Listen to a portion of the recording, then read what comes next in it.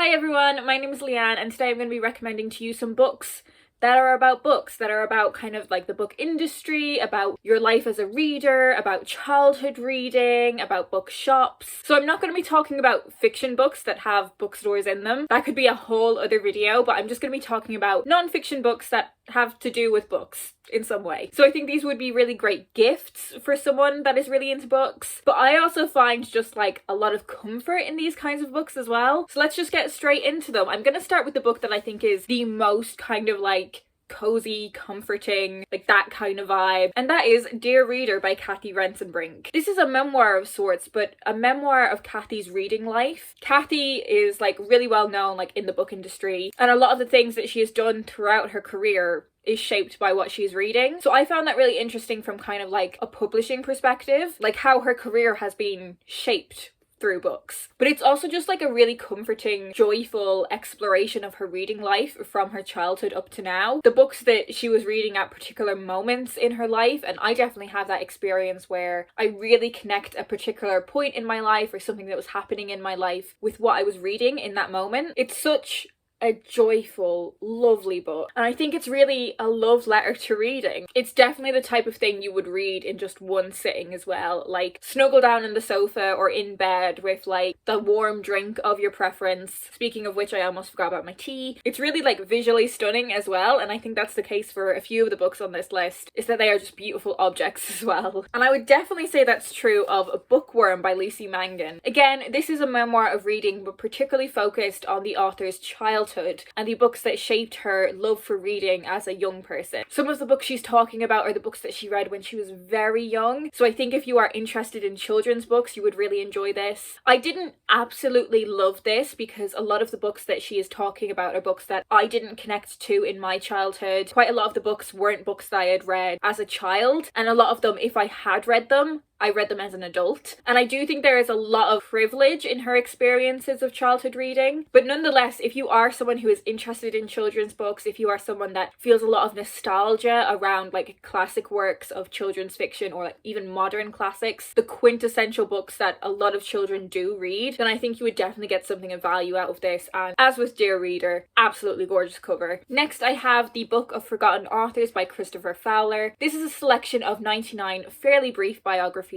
about authors who have been forgotten throughout history. Authors who may have been, prolific at the time they were writing, but just history hasn't remembered them. It tells you a little bit about each of the authors, their kind of writing style, who their contemporaries were when they were writing, perhaps some of their contemporaries who have been remembered. So I think this is a really great way of finding out about some authors that were previously unknown to you. What I will say about this book is that it is definitely not as diverse a selection of authors as I would like. I think it's a really important perspective to consider the reasons why some marginalized authors may have been forgotten by history, and that's not something that is massively delved into in this book. So that's my one kind of like downside about this, but I do think it's really fascinating nonetheless to find out more about these forgotten figures. I have some more kind of like, I suppose, novelty books now. So I have Lost in Translation by Ella Francis Sanders. So this is an illustrated book that is about a lot of different words from across the globe that are untranslatable. They only really have a definition in their own language. So just to select one that I have randomly flicked open. Fortunately, I have flicked it open on a German word. And the word is Warmduscher, which is someone who would only take a warm shower, not a cold one. But it kind of implies that like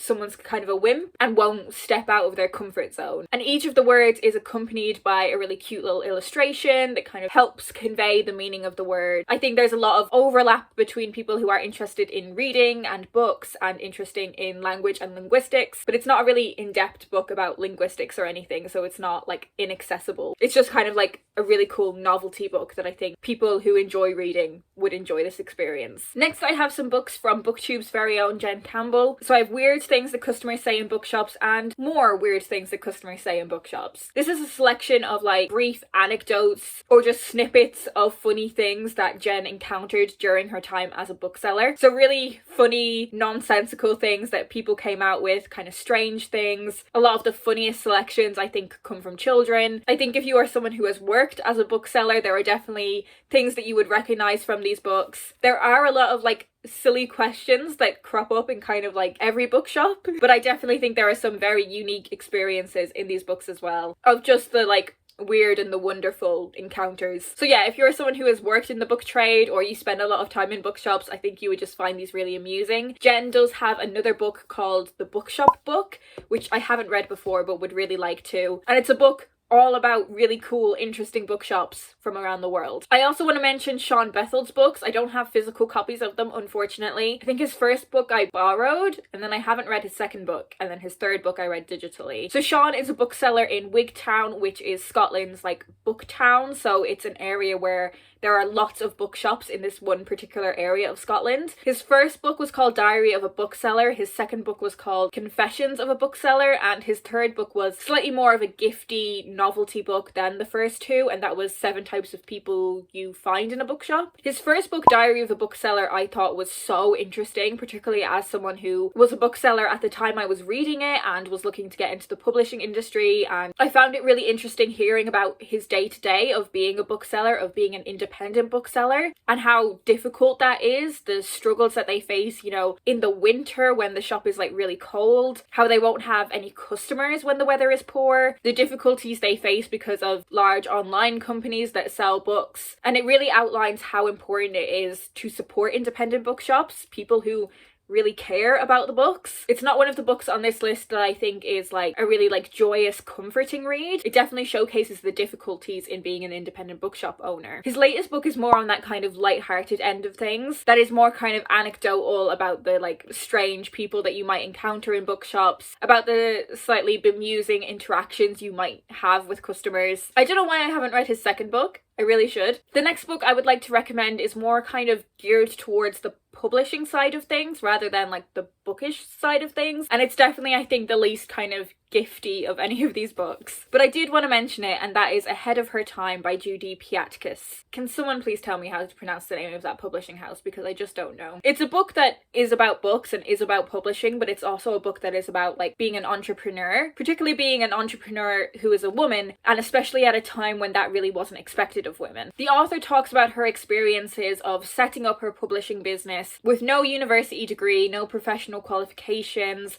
with running this from her spare room while also taking care of her children, and how she took this business that was being run in her spare room to a global brand. So this is kind of a business book, but the book business. So if you are interested in publishing, I think this is something that you would get a lot from. And returning to these slightly more gifty books, I have Off the Shelf, A Celebration of Bookshops in Verse, which is edited by Carol Ann Duffy, and there are lots of different poets included in this collection, and it's pretty much what it says on the tin. It is a collection of poems that celebrate bookshops. Some of my favourite poems in here included Silver Moon by Jackie Kay, Beware the Books by Imtiaz Darker, and In a Cardiff Arcade 1952 by Gillian Clarke. And on that note, one of the things that I really enjoyed about this collection of poems was sometimes I knew the bookshops that these poets were talking about. I always really enjoy anthologies of poetry that have works from lots of different writers included, because there will be poets that I recognise and love, but it will also introduce me to new poets as well. And I really enjoy poetry collections that are united around a particular theme. And of course, in the case of this one, something that I love. Bookshops. The book industry is obviously something that I really care about, you know, just in my personal reading, but also like in my professional life, bookshops are something that are really important to me. I think it's important that there are lots of different kinds of places where books are available, not just bookshops, but bookshops are so important. And I think if you are in the position where you can support your high street bookshop, particularly an independent bookshop, then that would be a really fantastic thing to do. In the past, I suppose, 12 months, it has been more challenging to get to bookshops. They haven't always been open. But not only do I find so much comfort in the act of reading, I find so much comfort in just being in a bookshop. And there are definitely books amongst this list that really conjure that feeling in me of just being reminded how much I love bookshops. So let me know down in the comments if you've read any of these books and what you thought of them. Do you have any recommendations for me for other books that are around these kinds of topics? If you don't have anything particular to say, I think the most appropriate emoji to leave in this instance would of course be the book emoji. That's all I'm going to talk about today. I hope you guys are doing well, and I hope you get the chance to visit one of your favourite bookshops very soon. And I will speak to you in my next video.